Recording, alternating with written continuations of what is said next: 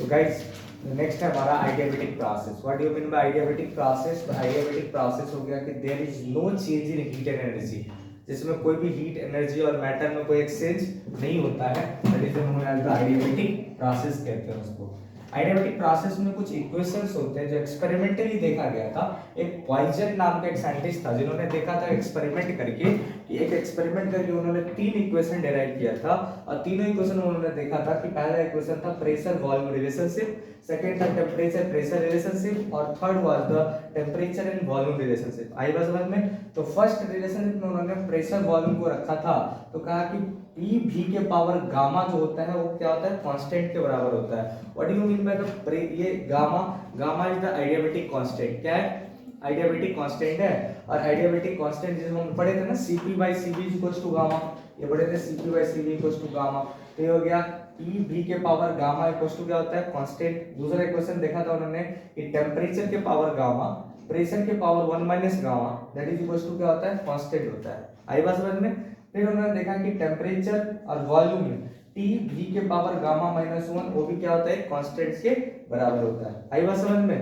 तो एक रिलेशनशिप उन्होंने देखा कि इक्वेशन ऑफ आइडियाबैटिक प्रोसेस में 3 इक्वेशन दिया है उन्होंने, प्रेशर वॉल्यूम PV के power gamma equals to constant, T के पावर गामा P के power 1 minus gamma equals to constant, T V के power gamma minus 1 equals to constant होता है। कोई डाउट वाली बात नहीं होनी चाहिए। ये इक्वेशन इन्होंने डेराइव किया था। हम आगे इसके लिए हम जाके पढ़ते हैं कि क्या है ये बेसिकली और इसको हम लिखेंगे कैसे। पहला इक्वेशन को और भी हम कैसे डेराइव कर सकते हैं, ठीक है? चलिए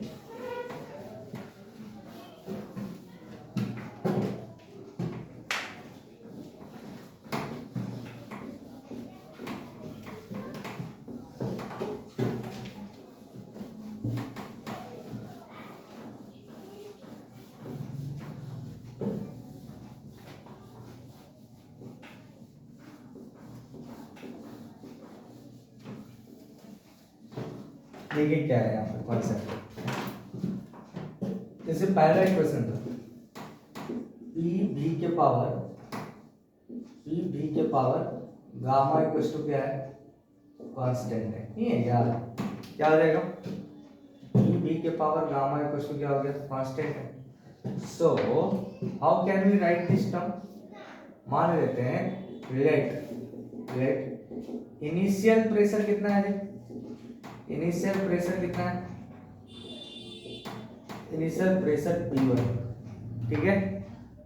फाइनल प्रेशर कितना है, final pressure P2, initial volume कितना है, इनिशियल वॉल्यूम कितना है, V1 है, ओके? और फाइनल वॉल्यूम कितना है, फाइनल वॉल्यूम कितना है, वो V2 है। ये हो गया। अगर ये V के power gamma equals to constant है तो इसको हम क्या लिख सकते हैं, from the equation number A से, from A equation number A से क्या आ जाएगा, P V के पावर P1 V1 के पावर गामा इक्वल्स टू क्या हो जाएगा, कांस्टेंट है ना, तो क्या आ जाएगा, that is equals to P2 V2 के पावर गामा। गामा में कोई चेंज होगा नहीं, होगा क्या? नहीं होगा। यहाँ पे देखिए